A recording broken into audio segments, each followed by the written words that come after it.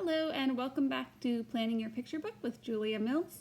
And we are coming into week 4, which is a very important week. It is the week we start making our dummy. And what is a dummy? Well, a dummy is a sketch version of your entire book. And the dummy should really give a clear picture of what your final book will look like. It does not have to be super fancy. It does not have to be perfect, but it should really tell exactly what's going to happen on each page, both with images and with words. And it's important to note that if you want to try to take your book to an agent or an editor, they're going to want to see a dummy. And you can create one both digitally and you can create one by hand. We're mostly going to talk about doing one this way by hand today, but the process is very similar if you want to work digitally. As you can see, when you open up a dummy, it's going to be black and white. Hopefully you can see that. And you never want to put original artwork in your dummy. These should all be either photocopies or scanned and printed. Just in general, anytime you're taking work somewhere or showing work, you want to show prints. You don't want to take originals. They're too precious and they can get ruined. So make sure that you're not putting your originals in here. I definitely recommend that you use a scanner and put them into your computer and print them, or just get them photocopied. For this project, if it's just a personal project, you can use your sketches if you don't plan to travel around with it. But for anything else, I really recommend making copies. So where do we start with the dummy? Well, you're going to start with this paper. Hopefully you have something that you made that tells you what you want on each page, like this. Now, if you like to be a little crafty, you can actually cut these out and make a little baby tiny dummy like this just by gluing, you glue this back of this page to the back of this page to the back of this page to the back of this page and so forth. And then you can actually have a little tiny thumbnail dummy as a guide for yourself. I just think they're adorable and I like to make these sometimes, but this is not a real dummy. A real dummy is going to be closer to something like this. Since my book, this project I'm working on, is going to be in a square format, I want my dummy also for each page to be a square. If you were making a tall or a long book, you would want your dummy to be in the same ratio as your book. Otherwise you could get mixed up and messed up. I did this in a square because it's easy. And when you go to make your dummy, you can use my little trick here if you're working in a square format, which is to take just a regular piece of printer paper, fold it in half, okay, and you are going to use this as your 2-page spread. Of course, this is not square, so what you want to do is take a ruler and measure out 5.5 inches down. You can see my pencil line right there. Now I can either cut this or I can work with it like this and draw on the pages here and put my words that I cut out down here just so I know what goes on each page, and then afterwards I can cut it out and put the text in. So this is what I draw all my dummies on, just regular computer printer paper. It's super cheap, and if you mess up, it does not matter. So that's what I recommend you use. Again, if your book is a different format, you might need to play around with the size of your paper. So I'm going to take each one of these spreads and turn it into a sketch. If you are inclined, you can use a scanner or a copier and actually blow up your little tiny sketches. I don't know if you can see that there. But you could blow these up to this size and then draw over them. Because I make my sketches pretty loose, I'd rather just redraw them. It's not that much more work for me. It would be more work for me to scan them and copy them and resize them. So I just redraw them.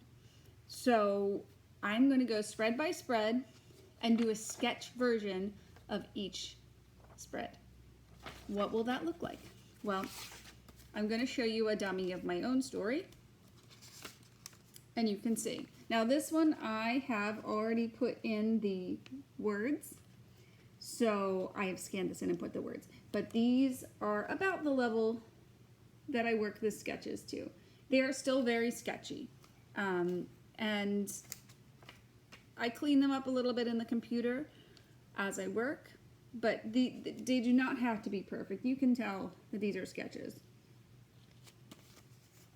So you're going to go through each spread and rework it at this larger size. Then you're going to take those and turn them into a dummy. But we're not going to do that till next week. We're not going to put it all together till next week because I feel like this is a really important phase in your book, and you should spend a good amount of time really nailing down exactly how you want your book to look in this phase. Because a lot of us like to rush through and get to final art, but if you haven't ironed out all the problems at this point, you're going to run into problems later on. So you really want to know everything that's going to be on each page. So when I start, a lot of times I will just use a box because I want to know where the text is going to go. So I will sketch in a box as a placeholder for the text, and then I will take it into my computer and add the text in for the final dummy piece. If you don't want to do that, if you don't have a computer, you could always just really go old school and cut your words and tape them. You can tape in a dummy. I do it a lot. Like if I don't like a spot, I'll tape over it, redraw it, and then I scan the whole thing. So you really can sort of tape and glue and get it just the way you want, but make sure you leave a spot for the words. Not only that, you need a space for the words. You also don't want anything to fall in the gutter.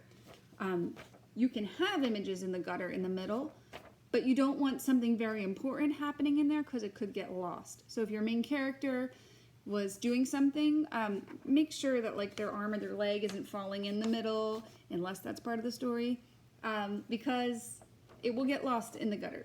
So keep that in mind when you're laying everything out. So what I'm going to do is take one of my spreads. I'm going to do a dummy version of it live for you, but I'm going to flip my camera so you can see what I'm doing. So I'm going to stop right here and change my camera up and show you how I go from a sketch to a dummy version. So see you there. All right, so here I am set up at my desk, ready to go to work on the first spread of my story. Right now I'm leaving the copyright and title. I will do that later. I'm going to really start where the story starts on page 6 and 7, spread number 1. It can be helpful to put your page numbers here, or if you're going to cut it off, put them up here. Either way. And I have brought the text that I know needs to be on these pages. I do use tape a lot, so if I were really working on this, I'd probably tape this just so I wouldn't get it lost when I go through and have lots of papers and stuff.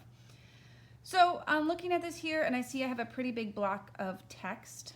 And if you look at my little sketch doodle here, I had a pretty big box kind of set aside for that text, and I was thinking I would do a nice big O for the one fine evening, something kind of decorative.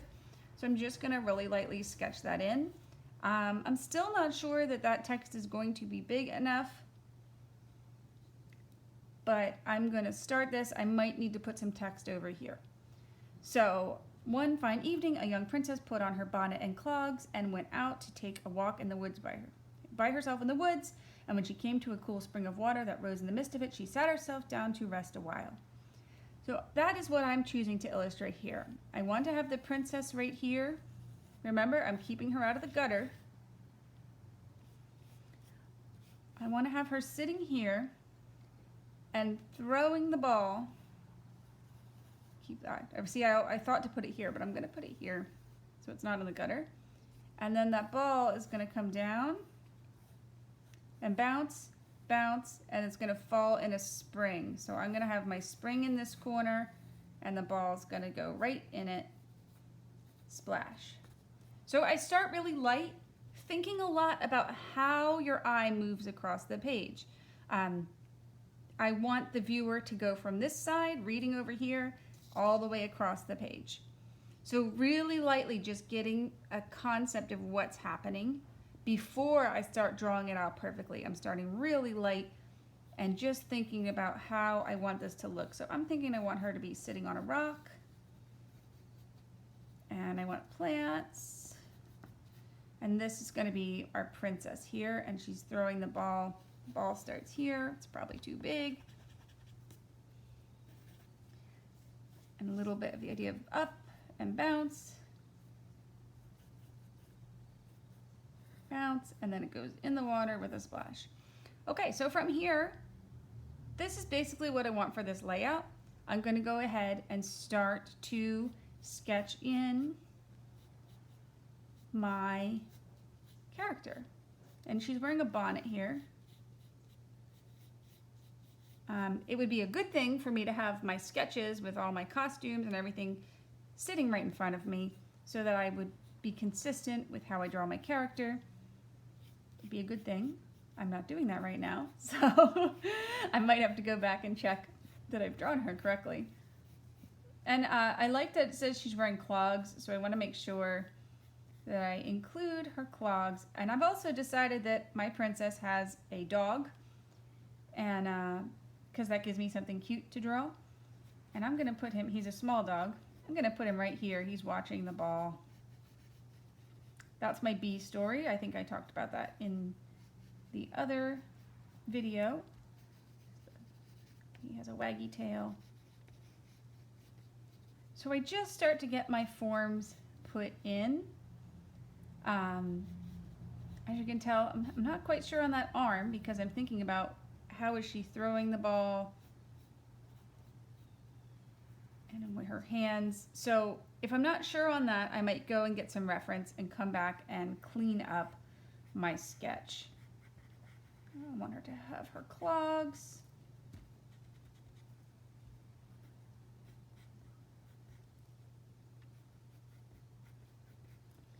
And I like the bonnet.